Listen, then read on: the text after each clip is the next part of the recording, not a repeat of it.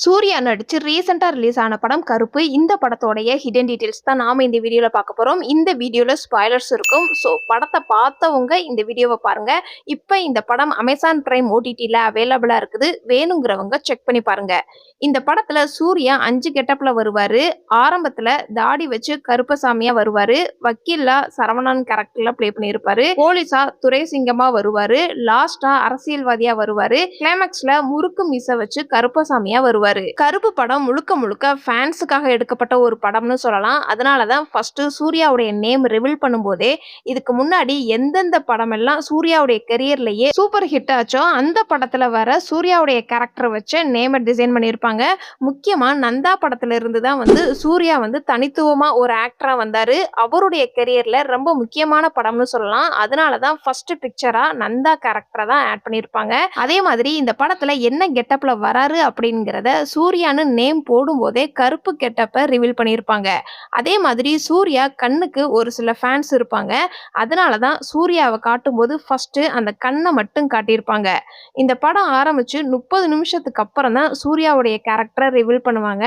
ஆனா அது வரைக்கும் ஃபேன்ஸ் சூர்யாவை எதிர்பார்க்காம இருக்கணும் அப்படிங்கிறதுக்காண்டி அந்த அப்பா பொண்ணு கேரக்டரை அவ்வளோ அழகா ஸ்ட்ராங்கா எழுதியிருப்பாங்க. அதே மாதிரி மட்டஞ்சேரி சுகுமாரன் கனவுல ஃபர்ஸ்ட் கருப்பசாமியா வர்ற மாதிரி காமிச்சிருப்பாங்க.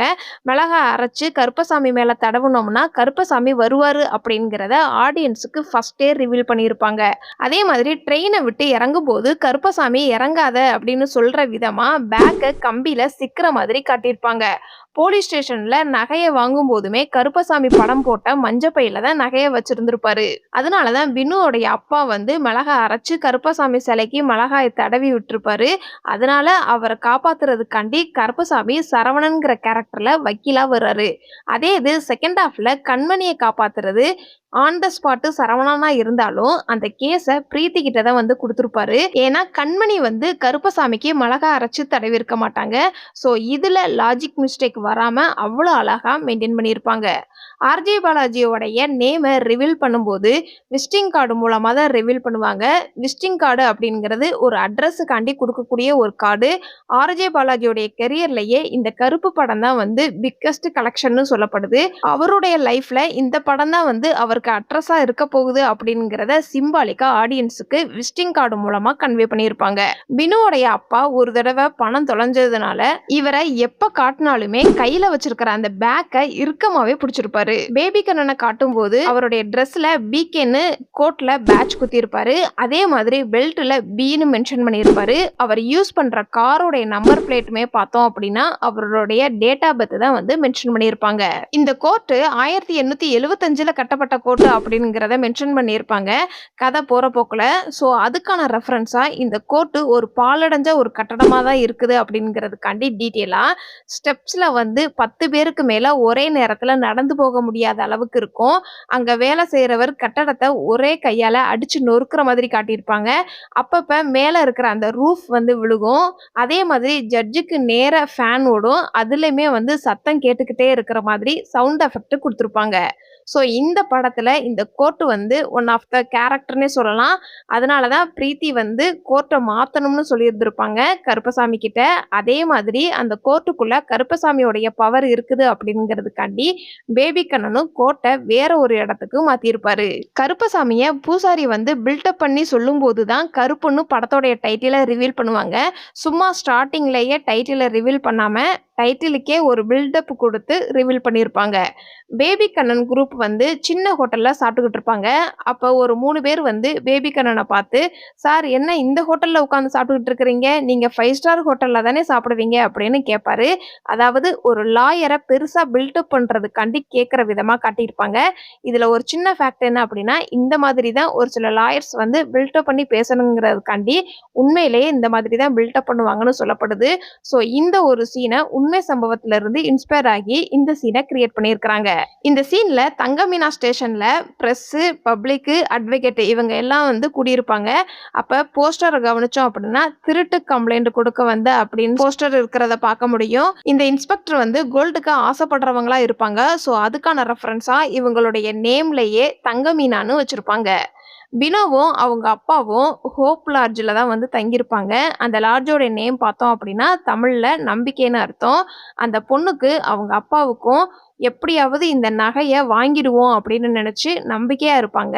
இந்த சீன கனெக்ட் பண்ற விதமா சரவணன் கிட்ட நகைய யார் திருடுனாங்க அப்படிங்கிறத ஒரு ஃபிளாஷ்பேக் போட்டு சொல்லுவாங்க. ஸோ அப்ப ரொம்ப கோவமா இது என்னடா அப்படின்னு சொல்லி ரொம்ப கோவமா அவங்க கிட்ட நம்பிக்கையே போயிருச்சு அப்படிங்கிற விதமா டயலாக் மூலமாவும் ஃபேஸ் ரியாக்ஷன் மூலமாவும் கன்வே பண்ணியிருப்பாங்க.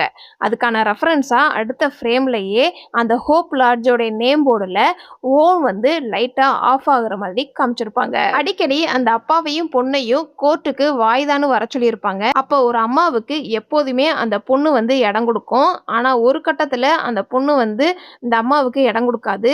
இதை கனெக்ட் பண்ற விதமா அந்த பொண்ணுகிட்ட இருக்கிற அந்த ஹியூமானிட்டிங்கிறது போயிருச்சு அப்படிங்கிறது இவங்க ரொம்ப அலைய வைக்கிறது மூலமா ஆடியன்ஸுக்கு கன்வே பண்ணியிருப்பாங்க. இந்த ஒரு சீன்ல அப்பாவுக்கும் பொண்ணுக்கும் சண்டை வந்துரும். அப்ப பொண்ணுகிட்ட வந்து எப்படியாவது நகையை நாளைக்கு வாங்கிட்டு வந்துருவேன் அப்படின்னு சொல்லி சமாதானம் பண்ணி தூங்க வைப்பாரு. இதே இது அவருக்குள்ள ஒரு பயமும் இருக்கும். அதுக்கான ரெஃபரன்ஸா தான் கண்ணுல இருந்து தண்ணி வர மாதிரி காட்டியிருப்பாங்க. ஒருத்தரு பேய் பேய்ன்னு கூப்பிடுவாங்க. அவரு கருப்பசாமிய நம்ப மாட்டாரு. ஏன்னா அவர் பேயா இருக்கிறதுனால சாமிய நம்பாத மாதிரி காட்டியிருப்பாங்க. கருப்பசாமி வரும்போது காடு அப்படிங்கிறத சிம்பாலிக்கா ஜிடி மட்டும்தான் வந்து போட்டிருக்கும்.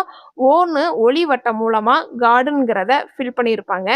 ஸோ இந்த காடு ஃபில் பண்றது மூலமா இவர் ஒரு கடவுள் அப்படிங்கிறத கன்வே பண்ணியிருப்பாங்க.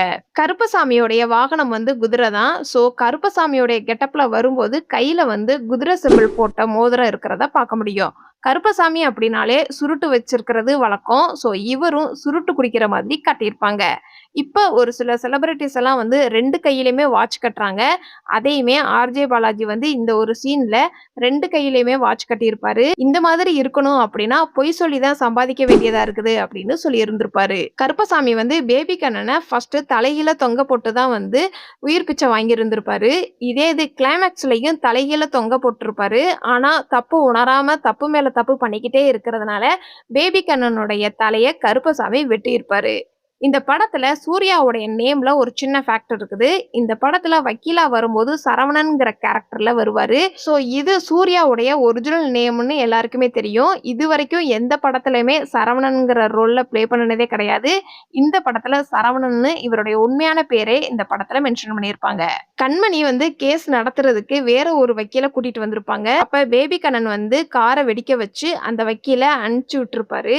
அப்ப யாராவது இந்த கேஸ் கட்டை எடுங்கன்னு சொல்லும் போது மூர்த்தி சார் நீங்க இந்த தடவை கேஸை எடுக்கலையா அப்படின்னு ஒரு வக்கீல பார்த்து கேட்டிருப்பாரு. அப்ப அவருக்கு கைய பார்த்தோம் அப்படின்னா பாதிதான் இருக்கும். இந்த கேஸ் கட்டை பேபி கண்ணனை தாண்டி நம்ம எடுத்தோம் அப்படின்னா கை இருக்காது அப்படிங்கறத சிம்பாலிக்கா அந்த மூர்த்தி அட்வொகேட் மூலமா ஆடியன்ஸுக்கு கன்வே பண்ணியிருப்பாங்க.